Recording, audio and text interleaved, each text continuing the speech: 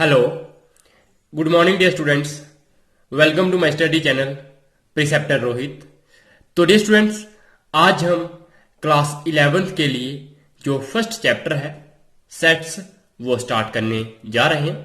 तो dear students, आप बच्चों ने जो बाकी चैप्टर्स कवर किए हुए हैं इस चैनल पे आपको लेक्चर्स मिल जाएंगे। तो जिन बच्चों ने वो लेक्चर्स नहीं देखे तो वो चैनल पे विजिट करके वहां से प्लेलिस्ट का बटन दबाकर वहां पे हर एक जो चैप्टर है उसकी अलग अलग प्लेलिस्ट बनी हुई है। तो वहां पे आप क्लिक करके हर एक चैप्टर के लेक्चर्स देख सकते हो। कंटिन्यूसली वहां पे लेक्चर्स नंबर वाइज लगाए हुए हैं और आप बच्चे वो देखोगे तो आपका पूरा का पूरा चैप्टर एक ही प्लेलिस्ट में कवर होगा।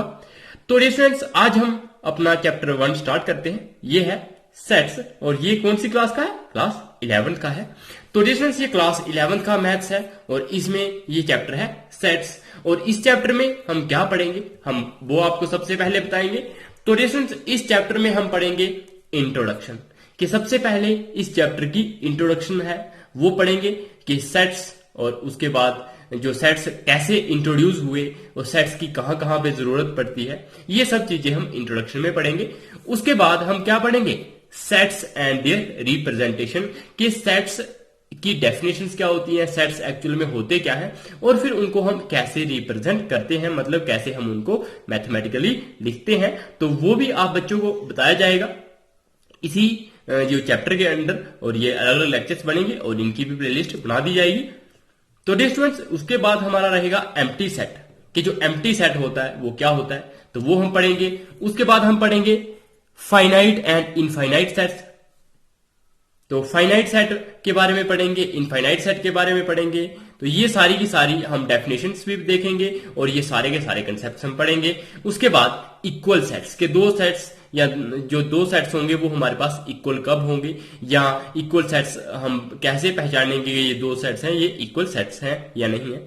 तो देखिए, उसके बाद हम पढ़ेंगे सबसेट्स के बारे में, कि कोई एक सेट होगा तो उसके सबसेट्स कितने होते हैं, उसके बाद कौन कौन से इसके सबसेट होंगे। तो ये सारी की सारी चीजें हम सबसेट्स वाले इस कॉन्सेप्ट में पढ़ेंगे।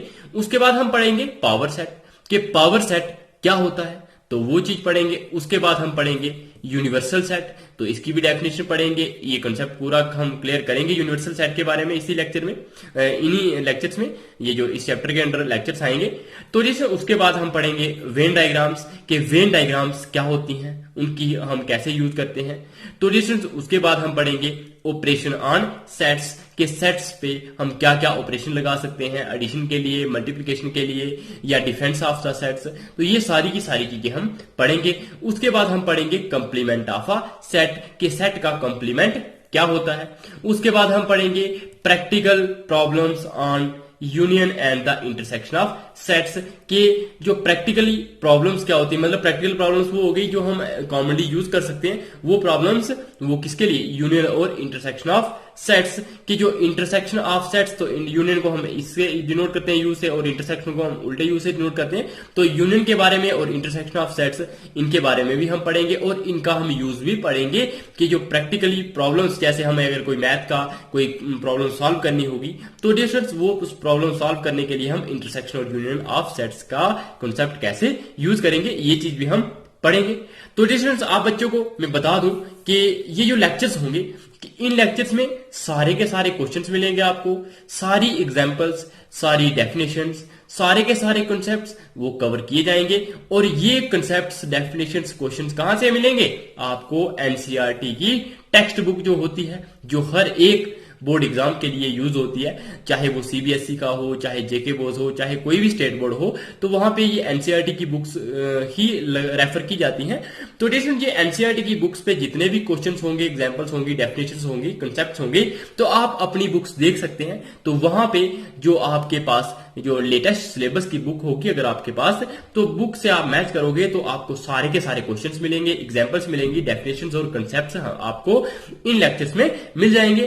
और स्टूडेंट्स, इसके बाद इन लेक्चर्स का आपको एक खास बात क्या होगी कि आप इन लेक्चर्स से नोट्स भी प्रिपेयर कर सकते हो, क्योंकि आपको यहां पे जो पढ़ाया जाएगा आप ये जो वीडियो पॉज करके यहां से सारा का सारा नोट डाउन कर सकते हैं। मैंने बिल्कुल जैसे एक नोट्स की फॉर्म में ये लेक्चर्स बनाए होंगे, तो आप बच्चे नोट्स भी यहां से ले सकते हैं। उसके बाद अगर आप बच्चों को ये थोड़े से मतलब नेक्स्ट ईयर तक ये जब सारे के सारे लेक्चर्स कंप्लीट हो जाएंगे, तो इन नोट्स को हम पब्लिश भी कर देंगे और आप बच्चों को फिर ये नोट डाउन करने की जरूरत नहीं पड़ेगी। आपको सिर्फ समझना है इन लेक्चर से और आपको नोट्स मार्केट में मिल जाएंगे। तो students, all subject lectures will be uploaded, के सारे सब्जेक्ट्स 9th से लेके 12th क्लास तक जितने भी सब्जेक्ट्स हमारे पास होते हैं, उनके सारे सब्जेक्ट्स के लेक्चर्स इस चैनल पे अपलोड हो जाएंगे जल्दी से जल्दी। और ये हमारे पास, मैंने आप बच्चों को बता दिया, ये किस पैटर्न के अकॉर्डिंग होंगे, सीबीएसई और जेके बोर्ड, या फिर मतलब हम अगर जम्मू कश्मीर के हैं तो जेके बोर्ड को प्रेफर किया जाएगा और साथ में central board of school education, इसको भी प्रेफर किया जाएगा। और बाकी स्टेट बोर्ड्स जो होंगे वो भी इन लेक्चर्स को देख सकते हैं, क्योंकि वहां उन स्टेट बोर्ड के जो स्टूडेंट्स होंगे तो वो इन लेक्चर्स को अगर देखेंगे तो उनको भी बहुत सारी हेल्प मिलेगी, क्योंकि ये स्ट्रिक्टली बेस्ड होंगे एनसीईआरटी के, और एनसीईआरटी की ही बुक्स ही हर एक जो बोर्ड होता है स्टेट बोर्ड, वो इन्हीं बुक्स को रेफर करता है। तो इसका मतलब आप हर एक बच्चे के लिए इन लेक्चर्स का फायदा मिलेगा। तो डियर स्टूडेंट्स, अब मैं आप बच्चों को इस चैनल के बारे में थोड़ा सा बता देता हूं, ये 2 मिनट की बात है। तो डियर स्टूडेंट्स, ये चैनल है किस पे, यूट्यूब पे, और ये लेक्चर्स कौन बना रहा है, माई सेल्फ रोहित खजूरिया। तो डियर स्टूडेंट्स, ये लेक्चर मैंने बनाए हैं, ये नोट्स भी मैंने प्रिपेयर किए होंगे। तो डियर स्टूडेंट्स, ये रोहित खजूरिया मेरा नाम है। तो डियर स्टूडेंट्स, उसके बाद ये जो मैं हूं किस पे, यूट्यूब पे एज अ प्रिसेप्टर रोहित। तो वहां पे जब भी आप यूट्यूब पे सर्च करोगे सर्च इंजन में प्रिसेप्टर रोहित, तो आपको सबसे पहले नंबर पे ये मेरा चैनल दिख जाएगा और वहां पे आप जाके विजिट करके उसको सब्सक्राइब कर लीजिएगा, ताकि आप बच्चों को जल्दी से जल्दी जब भी मेरा न्यू लेक्चर अपलोड हो तो सबसे पहले नोटिफिकेशन मिल जाए।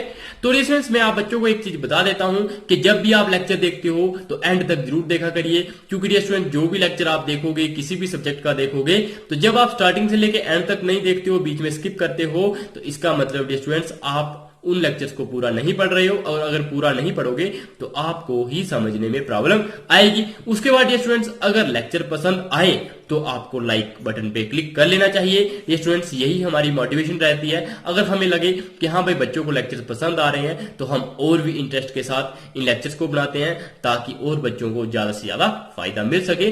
तो ये स्टूडेंट्स, अगर आपको भी पसंद आ रहा है लेक्चर, अगर आप उसको लाइक भी कर रहे हो, आपको लगता है ये आपके क्लासमेट्स के लिए भी हेल्पफुल है, तो प्लीज उनके साथ भी इन लेक्चर्स को शेयर कीजिएगा। उसके बाद डियर स्टूडेंट्स, आपकी जो फीडबैक होती है वो बहुत ही जरूरी होती है। तो डियर स्टूडेंट, इसके लिए आपको क्या करना होता है, जब भी आप लेक्चर देख रहे होते हैं उसके नीचे कमेंट सेक्शन होती है, तो कमेंट सेक्शन पे क्लिक करके आप वहां पे अपना कमेंट डाल सकते हैं। आप हमें बता सकते हैं कि अगर आपका कोई डाउट रहे तो आप वहां पे तब भी कमेंट कर सकते हो। अगर आपको लेक्चर अच्छा लगे, कैसा लगा, एक्सीलेंट होगा, गुड होगा, वेरी गुड होगा, जो भी आप फीडबैक देना चाहते होंगे वो आप दे सकते हो कमेंट सेक्शन में। उसके बाद ये स्टूडेंट्स, अगर आप चैनल पे नए होंगे तो डियर स्टूडेंट्स, इस स्टडी चैनल को सब्सक्राइब जरूर कीजिएगा, क्योंकि डियर स्टूडेंट्स, इस चैनल से आप बच्चों को बहुत ही हेल्पफुल मिलेगी। और ये ना मेरा है, ना सिर्फ एक स्टूडेंट का है, ये है आप सारे के सारे स्टूडेंट्स का योर ओन स्टडी चैनल। ये इसका नाम है यूट्यूब पे, और ये आप बच्चों को मालूम है नाम क्या है,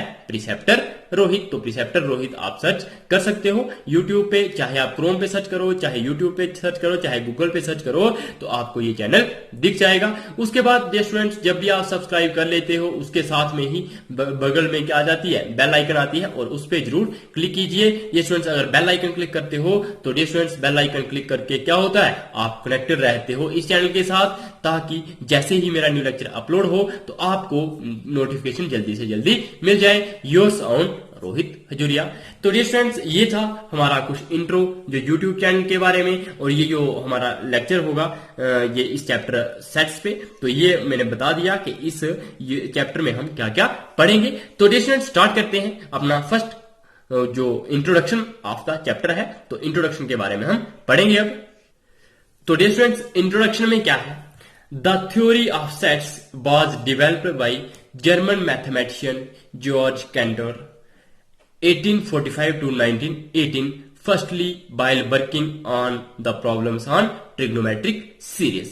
तो डियर स्टूडेंट्स, ये जो सेट्स के बारे में थ्योरी ये कब डेवलप हुई, मतलब सबसे पहले हमारे सामने कब आई, वो किसने लाई? वो थे हमारे जर्मन मैथमेटिशियन, जर्मनी के मैथमेटिशियन थे और उनका नाम था जॉर्ज कैंटर। तो उनकी जो हमारा लाइफ टाइम रहा वो क्या था, 1845 से लेके 1918 तक वो रहे। तो उनका जन्म 1845 में हुआ और डेथ उनकी 1918 में हो गई। तो ये बहुत ही एक महान मैथमेटिशियन थे और उन्होंने सेट्स की थ्योरी को डेवलप किया। और इन्होंने सबसे पहले कब डेवलप किया, इनको कब प्रॉब्लम आई, ये सेट्स इनको कैसे लगा कि हाँ भाई हमारे लिए सेट्स एक बहुत ही जरूरी बात है। तो वो कब पता चला, जब वो ट्रिग्नोमेट्रिक सीरीज पे प्रॉब्लम्स, मतलब जो क्वेश्चंस होते हैं या जो भी हमें वहां पे सॉल्व करना होती है प्रॉब्लम्स, तो वो प्रॉब्लम्स जब सॉल्व कर रहे थे, उन पे जब वो काम कर रहे थे, तो उन्होंने पहली बार ये सेट्स की थ्योरी को डेवलप किया। तो डियर स्टूडेंट्स, इस तरह से आप बच्चों को पता चल गया होगा कि किसने ये डेवलप की थ्योरी, जॉर्ज कैंटर ने। तो डियर स्टूडेंट्स, ये कौन थे, जर्मन मैथमेटिशियन थे। उसके बाद dear students, concept of set, जो सेट का कंसेप्ट है वो serves as a fundamental part of present day mathematics. कि जो प्रेजेंट डे मैथमेटिक्स है, जो आज हम मैथ्स पढ़ते हैं, तो उसके लिए ये जो सेट का कंसेप्ट है ये बहुत ही फंडामेंटल पार्ट की तरह एक्ट करता है। ये बहुत ही हमारे लिए जरूरी है प्रेजेंट डे मैथमेटिक्स में। तो dear students, sets are used to define concepts of relations and functions.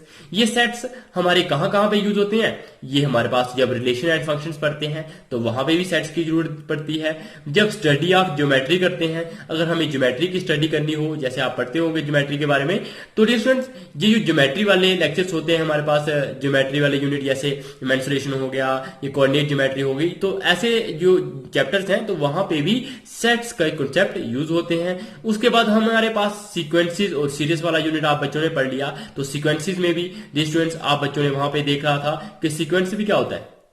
इस तरह से जो प्रॉपरली हमने लिखा हो कि हाँ भाई सीक्वेंस में कोई नंबर, जैसे सीरीज में उसी को हम क्या बोल देते थे, जैसे अर्थमेटिक प्रोग्रेशन, ज्योमेट्रिक प्रोग्रेशन, तो वो सीक्वेंसेस थे। तो वहां पे हम लिखते थे 2 4 6 8 10, तो ये हमारी क्या बन जाती थी, अर्थमेटिक प्रोग्रेशन। तो ये हमारे पास अर्थमेटिक प्रोग्रेशन, तो यहाँ पे भी ये सीक्वेंसेस जो होते हैं, यहाँ पे भी हमारे पास सेट्स का कॉन्सेप्ट यूज होता है। उसके बाद जब हम प्रोबेबिलिटी, आप बच्चों ने 10th में पढ़ी होगी, अब आप 12th में भी पढ़ोगे, 11th में भी पढ़ोगे, ये सारे कॉन्सेप्ट वहां पे ये सेट्स के भी यूज होंगे।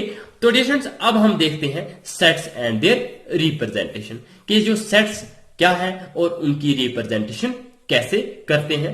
तो डियर स्टूडेंट्स, सबसे पहले सेट क्या है, a set is a well defined collection of objects. कि जो सेट है वो क्या है, कलेक्शन ऑफ ऑब्जेक्ट्स है, लेकिन कलेक्शन कौन सी, वेल डिफाइंड, के जिसको फुली मतलब अच्छी तरह से डिफाइन किया गया हो, वो कलेक्शन ऑब्जेक्ट्स की, उसको हम क्या बोलते हैं, सेट बोलते हैं। इसका मतलब जो शॉर्ट में आप डेफिनेशन क्या बोलोगे, a set is a well defined collection of objects. तो डियर स्टूडेंट्स, अब आप बच्चों को थोड़ी एक नेक्स्ट में आप बच्चों को ये भी बताऊंगा कि वेल डिफाइंड और ऐसे डिफाइंड में क्या फर्क है। तो dear students, example of sets used particularly in mathematics, के हम मैथ्स पढ़ रहे हैं, तो मैथ्स में जो सेट्स की एग्जांपल्स होंगी वो हमारी क्या रहेंगी। तो ये तो मैं आप बच्चों को बता दूंगा कि नेचुरल नंबर्स हो गए, रियल नंबर्स, ये सारे के सारे सेट्स होंगे। लेकिन अगर आपको ऐसे जनरल में सेट्स के बारे में बात की जाए तो आपको बोल दिया जाए, हाँ भाई जो इंग्लिश अल्फाबेट्स होते हैं तो उनमें सेट ऑफ बाउल्स, कि बाउल्स का सेट, तो वो एक वेल डिफाइंड ही है, क्योंकि उसमें 5 के 5 ही अल्फाबेट आएंगे, जो लेटर्स आएंगे ए ई आई ओ यू, और उनके अलावा तो कोई भी नहीं आ सकता। इसका मतलब वो वेल डिफाइंड है। तो तो इसलिए हमने क्या लिख लिया, ये सेट क्या हो जाएगा हमारे पास, well defined collection of objects. तो अगर आपको बोल दिया जाए कि भाई भारत की नदियों के नाम, तो भारत की नदियों का जो सेट होगा तो वो ठीक है। लेकिन जब आप कहोगे कि हाँ भाई आप उसमें बता तो सकते हो ना, कि अगर आपको बोल दिया जाए कि जैसे नील रिवर है, तो नील रिवर क्या भारत की नदियों में आती है, तो इसका मतलब आप लिख लोगे कि नील रिवर इस सेट में नहीं आएगी।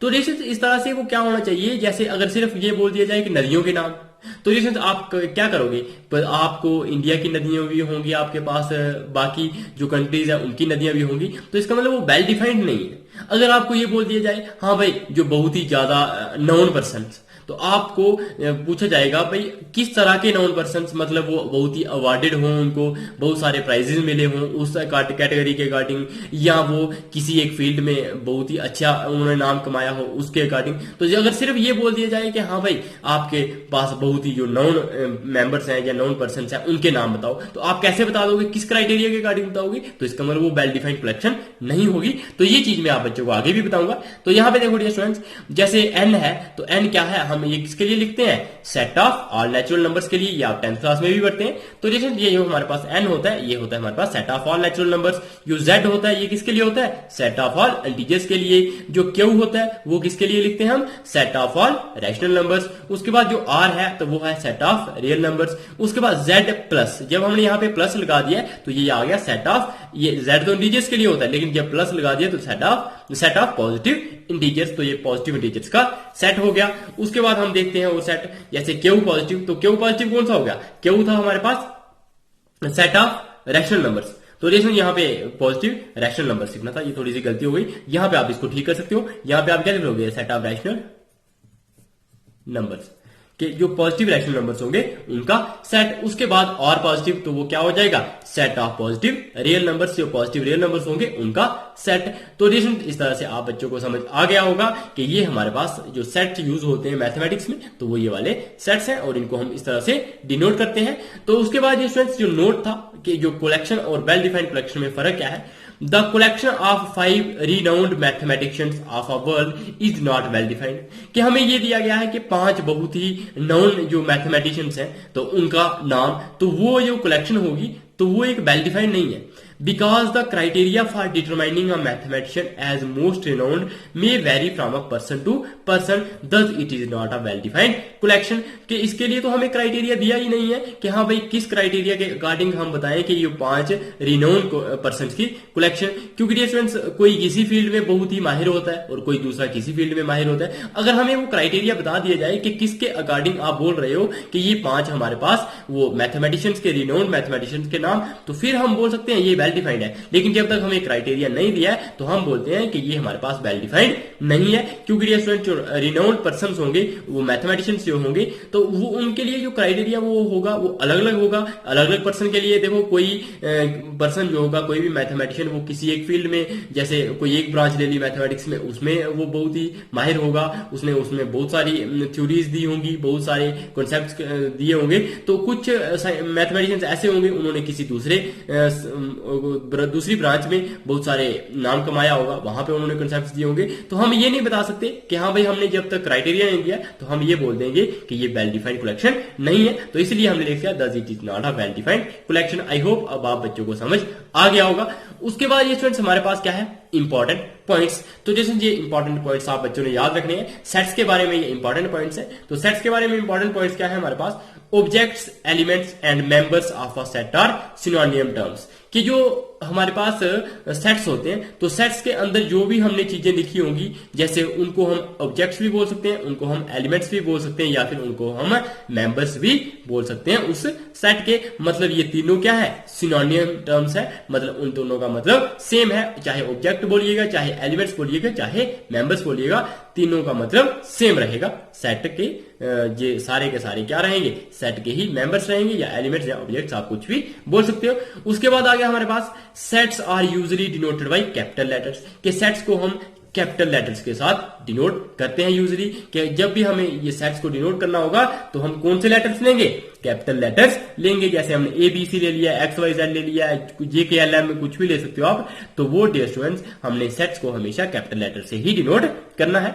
उसके बाद क्या है, the elements of a set are represented by small elements, कि जो एलिमेंट्स होंगे या फिर ऑब्जेक्ट्स भी बोल सकते हैं इनको, या फिर मेंबर्स भी बोल सकते हैं सेट के, तो उनको हम किससे डिनोट करेंगे, छोटे लेटर्स से। जैसे ABC ये स्मॉल है ना, तो small A small B small C, तो स्मॉल जो लेटर्स होंगे उनके साथ हम एलिमेंट्स को रिप्रेजेंट कर सकते हैं। तो रिलेशंस ये तो हमारे पास होगी 3 बातें। अब एक बात और आप बच्चों को बताना चाहता हूं कि ये चीज जो इसको हम क्या बोलते हैं, एप्सिलॉन, क्या बोलते हैं, एप्सिलॉन। तो रिलेशन ये हमारे पास एप्सिलॉन किस लिए यूज होता है और ये क्या डिनोट करता है, ये डिनोट करता है बिलोंग्स टू। क्या डिनोट करता है, ये बिलोंग्स टू। तो डियर स्टूडेंट्स अब मैं आप बच्चों को बताऊंगा कि एप्सिलॉन का यूज कैसे हम करते हैं। जैसे डियर स्टूडेंट्स अगर कोई एक एलिमेंट है हमारे पास, हमने एक सेट ले लिया, जैसे इस तरह से एक सेट, उसमें हमारे पास ए है एलिमेंट, सी है, डी है। तो डियर स्टूडेंट्स अगर ये ए एलिमेंट किसमें है, इस सेट में है, तो इसका मतलब if A is an element of set ए, अगर हमारे पास कोई एक सेट ए है तो इसमें अगर ए हमारे पास एलिमेंट है तो हम क्या बोलेंगे कि ये जो ए एलिमेंट होगा ये किसमें बिलोंग कर रहा है, ये इस सेट में बिलोंग कर रहा है क्योंकि वो इस सेट में है। तो डियर स्टूडेंट्स हम लिख लेंगे ए बिलोंग्स टू ए। तो ये एप्सिलॉन हमारे लिए किसके लिए दिखाता है, ये बिलोंग्स टू के लिए, मतलब ये चीज इसमें बिलोंग करती है। जैसे आपको कोई पूछे कि आप भाई आप कहां पे रहते हो, तो हम आपको ये भी पूछते हैं कि आप कौन सी जगह से बिलोंग करते हो, आप कौन सी स्टेट से बिलोंग करते हो, आपका डिस्ट्रिक्ट कौन सा है। तो इस तरह से डियर स्टूडेंट्स उसी तरह से अगर ये ए हमारा इस सेट ए में आता है तो इसका मतलब हम बोलते हैं कि ए बिलोंग्स टू ए, और ये होता है हमारे पास एप्सिलॉन, और एप्सिलॉन को हम पढ़ते हैं बिलोंग्स टू। तो जैसे उसके बाद देखो यहाँ पे ए सी और डी है, तो हमने मान लिया जो बी एलिमेंट है वो इस सेट में तो नहीं है। अगर डियर स्टूडेंट्स वो इस सेट में नहीं होगा तो हम क्या लिख लेंगे, इस तरह से एप्सिलॉन डालेंगे और उसके ऊपर ये डाल देंगे। तो डियर स्टूडेंट्स जैसे हमारे पास ये इक्वल टू होता था, उसके ऊपर जब हम ये नॉट लगा देते हैं तो नॉट इक्वल टू बोलते हैं।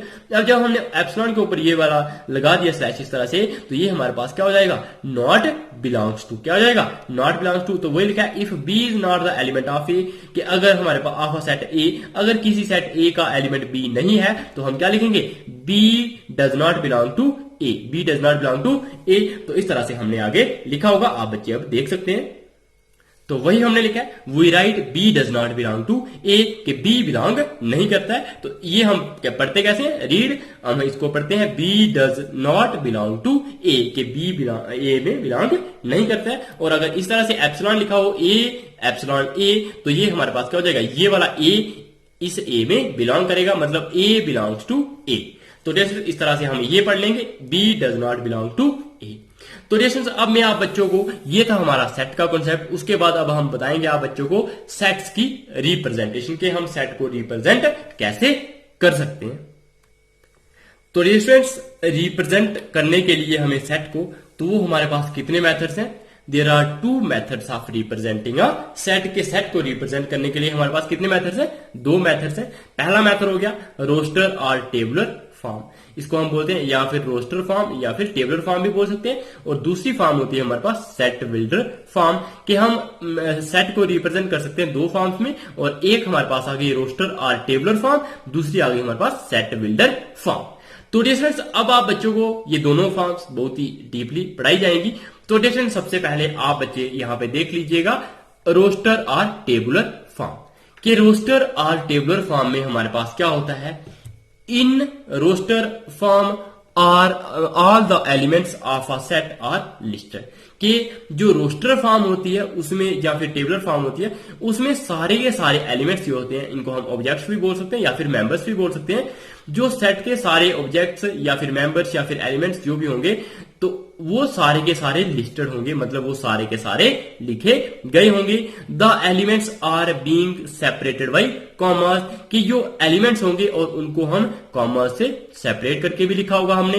मतलब जब हमने एक तो पहले एलिमेंट्स लिख लेने हैं और उन एलिमेंट्स को सेपरेट हमने किसके साथ करना है, कॉमा के साथ सेपरेट करना है। उसके बाद and are enclosed within braces. तो डियर अब हम इनको क्या कर देते हैं, ब्रेसेस के अंदर रखते हैं, और ये हमारे पास आ जाती है ब्रेसेस। इनको हम बोलते हैं, इसको हम कर्ली ब्रैकेट भी बोलते हैं। तो देखो ये कर्ली ब्रैकेट्स के अंदर हम इन एलिमेंट्स को रखते हैं, और इन एलिमेंट्स को हम क्या कर देते हैं, सेपरेट कर देते हैं किसके साथ, कॉमा के साथ। जैसे हमने अपने पास अगर ए बी और सी एलिमेंट होंगे तो हमने मान लिया ये हमारे पास तीन एलिमेंट्स हैं, तो इन तीनों एलिमेंट्स को हमने इस सेट के ये हमारे ब्रैकेट्स के अंदर रखा। उसके बाद ये हम कॉमा बीच में लगा देते हैं इनको सेपरेट करने के लिए। तो इस तरह से हमें पता चल जाएगा ये हमारे पास कितने एलिमेंट्स हैं, 3 एलिमेंट्स है। अब आप बच्चों को मैं एग्जाम्पल दिखाता हूं। तो एग्जाम्पल में हमारे पास क्या है, जैसे set of all natural numbers which divide 42, कि हमने वो सेट लेना है नेचुरल नंबर्स का जो डिवाइड कर रहा है किसको, 42 को। तो 42 को कौन कौन सा नंबर डिवाइड कर सकता है, 1 डिवाइड कर सकता है, क्योंकि 42 को 1 से डिवाइड करोगे 42 ही आएगा।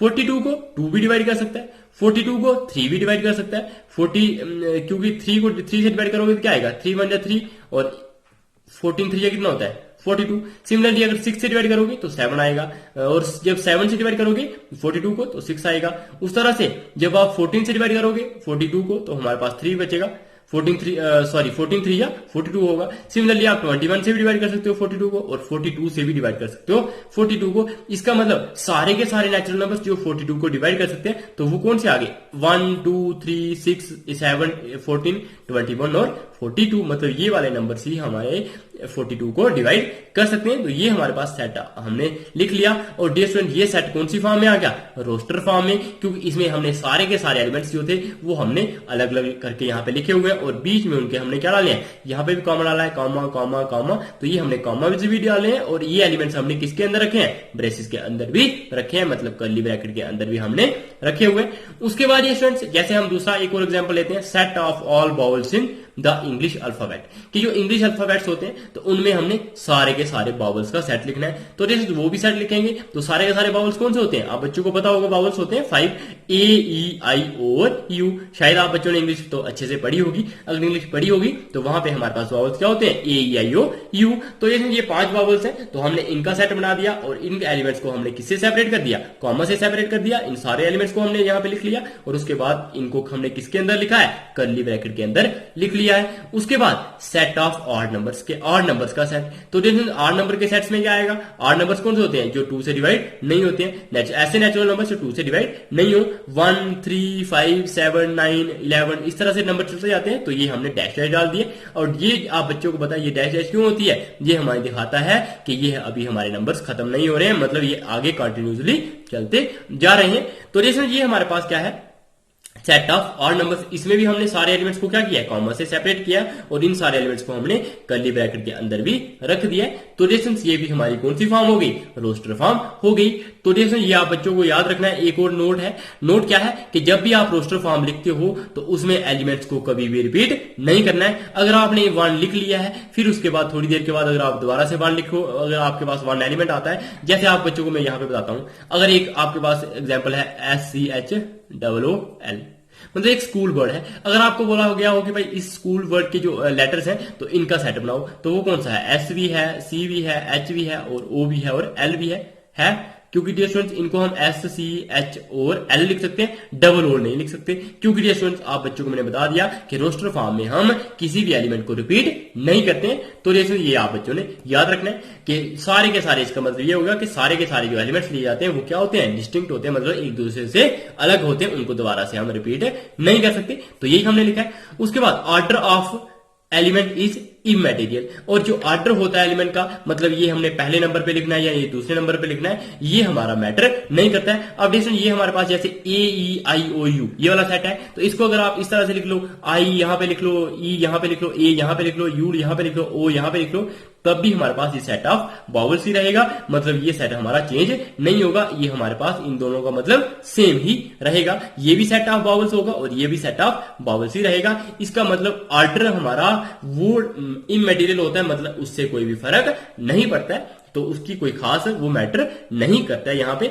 तो जैसे ये आप बच्चों ने याद रखना है कि ऑर्डर तो मैटर नहीं करता, लेकिन जो नंबर्स होंगे या कोई भी एलिमेंट्स होंगे उनको हम रिपीट भी नहीं कर सकते हैं। तो ये था हमारा नोट। उसके बाद ये स्टूडेंट्स अब हम पढ़ेंगे अपनी दूसरी फॉर्म। तो दूसरी फॉर्म में हमारे पास क्या है, दूसरी फॉर्म है हमारे पास सेट बिल्डर फॉर्म। तो स्टूडेंट्स सेट बिल्डर फॉर्म में हमारे पास क्या होता है, इन set builder form all the elements of a set possesses a single common property which is not possessed by any element outside the set।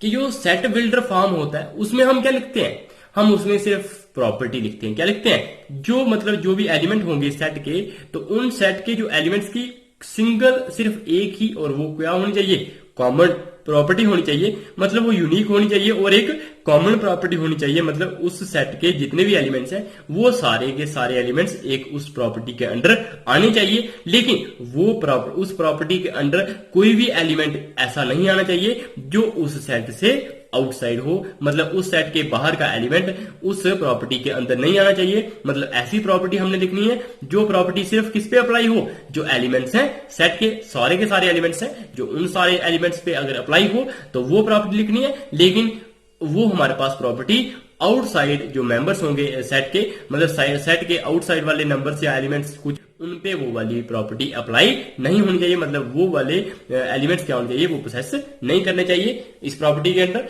तो इस तरह से वही लिखा है हमने, in a set builder form all the elements of a set possess a single common property, के सारे एलिमेंट्स जो सेट के होते हैं उनकी एक वो पोसेस करते हैं एक सिंगल कॉमन प्रॉपर्टी। लेकिन जो सिंगल प्रॉपर्टी होगी वो पोसेस किसके द्वारा नहीं की जाती, जो सेट के आउटसाइड वाले एलिमेंट्स होंगे, मतलब उस सेट के बाहर के कोई भी एलिमेंट होंगे वो उस प्रॉपर्टी को पोसेस नहीं करेंगे। स्टूडेंट जैसे एग्जांपल में आप बच्चों को बताता हूं, जैसे अगर हमने वी से डिनोट कर दिया कि बाउल, अगर हमने मान लिया कि हमने किसका सेट लिखना है, सेट ऑफ बाउल्स, तो अगर हमने सेट ऑफ बाउल्स लिखना है तो उसके लिए हम लिखेंगे इस तरह से एक्स, और ये साथ में कोलन डालेंगे, इसको क्या बोलते हैं, कोलन होता है ये, COLN कोलन। और डिस्टेंस उसके बाद ये होता है x is a vowel, x क्या है, एक बाउल है इन एन इंग्लिश अल्फाबेट, कि जो इंग्लिश अल्फाबेट्स होते हैं उनमें क्या जो भी बाउल्स होंगे वो हमारे यहाँ पे एलिमेंट्स आएंगे। तो डिस्टेंस अब आप बच्चों को ये तो मैंने लिख के बता दिया, यहाँ पे हमने इसको लिखा है कर्ली ब्रैकेट में लिख लिया है, उसके बाद यहाँ पे एक्स लिखा है, फिर कोलन डाला है, फिर एक्स लिखा है is a vowel in English alphabet, ये जो प्रॉपर्टी थी कि ये एक्स क्या होगा, बाउल होगा इंग्लिश अल्फाबेट्स में। तो डिस्टेंस ये तो हमने लिख लिया, लेकिन हमें अब आप बच्चों को बताएंगे कि जो सेट बिल्डर फॉर्म है तो इसमें हम कैसे किस तरह से रिप्रेजेंट किसको करते हैं। तो distance in set builder form, जब सेट बिल्डर फॉर्म हमने लिखनी होती है, we describe the element of a set by using a symbol x, कि जो एलिमेंट हमने सिंबल का उसका सेट का जो भी हमने एलिमेंट लिखना होगा उसको हम किससे डिनोट करेंगे, एक्स से करेंगे, या फिर वाई से कर सकते हैं, या जेड से कर सकते हैं, या ए से कर सकते हैं, या बी से, या सी से, मतलब किसी भी लेटर के साथ। लेकिन कौन सा लेटर होना चाहिए, स्मॉल लेटर्स। तो किसी भी लेटर्स के साथ हम उसको डिनोट करते हैं। तो जैसे हमने यहाँ पे किससे डिनोट किया, एक्स से डिनोट किया।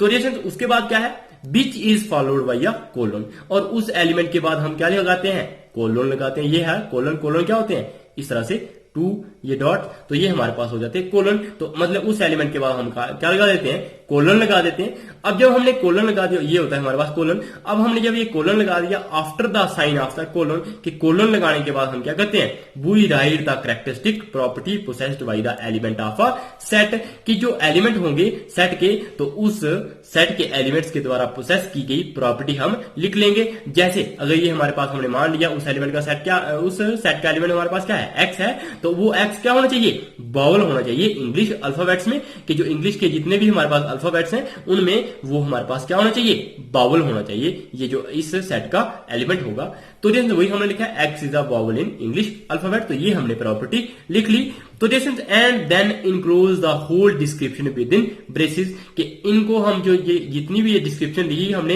एक्स से लेके प्रॉपर्टी तक, तो इस सारी को हम क्या कर लेंगे, ब्रैकेट्स के अंदर लिख लेंगे। और वो कौन सी ब्रैकेट होती है, कर्ली ब्रैकेट, या इसको हम ब्रेसेस भी बोलते हैं। तो ये ब्रेसेस के अंदर हम इसको रख लेंगे। तो यही हमने जैसे रखा है, ये देखो सबसे पहले हमने एक्स लिखा, उसके बाद हमने कोलन डाला, और उसके बाद इस एलिमेंट की हमने प्रॉपर्टी लिख ली कि ये एलिमेंट क्या होना चाहिए, बाउल होने चाहिए इंग्लिश अल्फाबेट्स में। तो उसके बाद हमने इसको क्या कर दिया, कर्ली ब्रैकेट्स में रख लिया। तो ये था हमारा सेट बिल्डर फॉर्म में रिप्रेजेंट करना।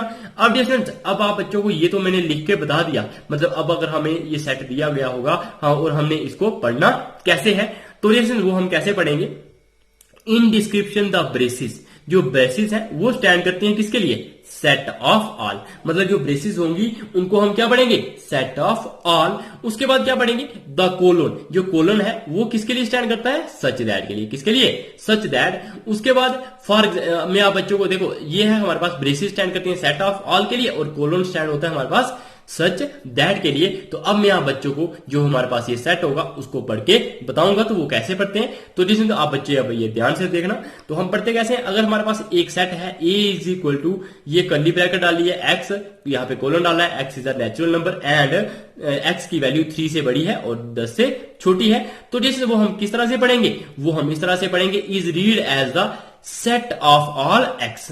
हम क्या पढ़ेंगे, ये कर्ली ब्रैकेट के लिए हमने क्या पढ़ लिया, सेट ऑफ ऑल।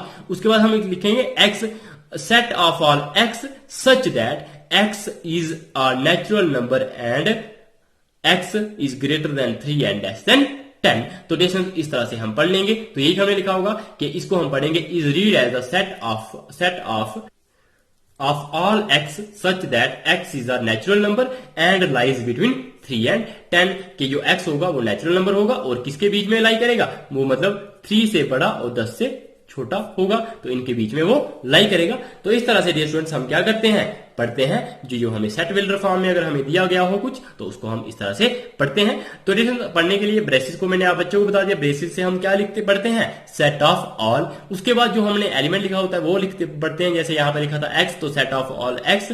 फिर उसके बाद जो कोलन होता है उसके लिए हम क्या लिखते हैं, सच दैट। तो सेट ऑफ ऑल एक्स, उसके बाद सच that x is a natural number and lies between 3 and 10 कि x हमारे पास वो जो प्रॉपर्टी होगी उसके बाद हम वो प्रॉपर्टी पढ़ लेंगे। तो इस तरह से हम ये पहला सेट पढ़ सकते हैं जब हमें सेट बिल्डर फॉर्म में दिया गया हो। उसके बाद है हमारे पास in set builder form. Dear students अब आप बच्चों को मैंने सेट बिल्डर फॉर्म और जो रोस्टर फॉर्म होगी इन दोनों में आपको कंपेयर करके बता दूंगा कि जो ए और बी और सी हमने ये 3 सेट्स लिए होंगे तो इनको हमने सेट बिल्डर फॉर्म में भी लिखा है और इन्हीं हम सेट बिल्डर फॉर्म को हम टेबलर या रोस्टर फॉर्म में कैसे चेंज करके लिख देते हैं। तो जैसे dear students set builder form में हमने लिख लिया कि ये हमारे पास सेट ऑफ, ये हम कैसे पढ़ेंगे, ये कर्ली ब्रैकेट्स के लिए हम पढ़ेंगे पहले सेट ऑफ ऑल, फिर x such that x is a natural number which divides 42। तो ये हमारे पास आ जाएगा सेट बिल्डर फॉर्म में। उसी तरह से जो दूसरा वाला पढ़ना होगा तो ब्रेसिस के लिए हम पढ़ेंगे सेट ऑफ ऑल, फिर उसके बाद by such that by is a vowel in English alphabet. तो ये हमने पढ़ लिया दूसरा वाला सेट। तीसरा हमारे पास क्या हो गया, सेट ऑफ, ये हमारे पास जो ब्रैकेट्स है तो ये किसके लिए है, सेट ऑफ ऑल। उसके बाद आ जाएगा Z, set of all Z such that Z is an odd number. तो ये हमने 3 सेट देख लिए। अब इन तीनों सेट्स को हम रोस्टर फॉर्म या टेबलर फॉर्म में लिखेंगे।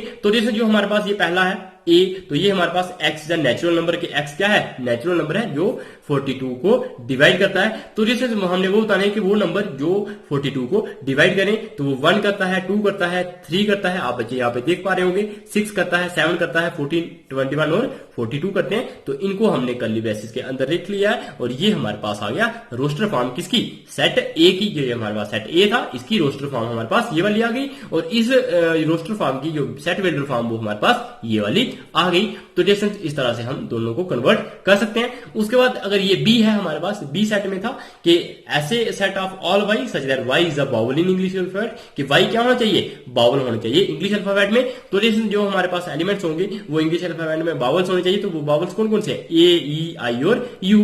तो इस तरह से जो बी सेट था उसको हमने रोस्टर फॉर्म में इस तरह से लिख लिया, मतलब सारे के सारे एलिमेंट्स हमने अलग अलग लिस्टेड कर दिए और उन एलिमेंट्स को हमने कॉमा से सेपरेट भी कर दिया। उसके बाद जो सेट सी है हमारे पास वो क्या है, Z such set of all Z such that Z is an odd number, कि जेड हमारे पास क्या होना चाहिए, ऑड नंबर होना चाहिए। तो जैसे अब हमें क्या लिखना है, सेट ऑफ ऑड नंबर्स। तो जैसे जो ऑड नंबर्स हैं वो 1 3 5 7 9, तो ये सारे के सारे एलिमेंट्स हमने लिस्टेड कर दिए हैं। तो जैसे इस तरह से इन एलिमेंट्स को हमने कॉमा से सेपरेट भी कर दिया। तो जैसे ये हमारे पास जो सेट सी हो गया ये किसकी रोस्टर फॉर्म हो गई, ये हमारे पास जो सी सेट था builder form, set builder form में, उसकी ये वाली सी हमारे पास रोस्टर फॉर्म हो गई। आई होप डियर स्टूडेंट्स आप बच्चों को ये लेक्चर बहुत ही अच्छे से समझ आ गया होगा। तो डियर स्टूडेंट्स ये था हमारा आज का लेक्चर। अगर आप बच्चों को जब भी आप लेक्चर पढ़ते हो तो डियर स्टूडेंट्स लेक्चर एंड तक जरूर देखा करिए और साथ में अगर लेक्चर पसंद आता है तो लाइक जरूर करें। उसके साथ अगर आपको लगता है कि आपको इस लेक्चर से हेल्प मिली है तो बाकी सारे क्लासमेट्स के साथ भी इन लेक्चर्स को जरूर शेयर करें। उसके बाद डियर स्टूडेंट्स अगर चैनल पे नए हो तो सब्सक्राइब बटन जरूर क्लिक कर लीजिए। और ये मेरा चैनल है यूट्यूब पे, ये क्या है, प्रिसेप्टर रोहित। ना सिर्फ मेरा, ना सिर्फ आपका है, ये है सारे स्टूडेंट्स का, ये एक फैमिली की तरह एक चैनल है। तो डियर स्टूडेंट्स आप बच्चों ने भी अगर इसका पार्ट बनना चाहते हो तो डियर स्टूडेंट्स प्लीज इस पे सब्सक्राइब बटन जो लगा होगा हमारे पास प्रिसेप्टर रोहित के नीचे, जब भी आप चैनल पे विजिट करते हो वहां पे नीचे लिखा होता है सब्सक्राइब। तो सब्सक्राइब पे जब आप क्लिक कर लोगे उसके बाद वहां पे सब्सक्राइब लिखा जाएगा, उसके आगे एक बेल आइकन बना दिया जाएगा और बेल आइकन पे क्लिक करोगे उसके बाद आपने वहां पे ऑल पे क्लिक कर देना है ताकि आप बच्चों को सारी की सारी नोटिफिकेशन जब भी मेरा न्यू लेक्चर अपलोड हो जाए तो आप बच्चों को नोटिफिकेशन मिल जाए। तो ये friends bye bye, take care and stay tuned.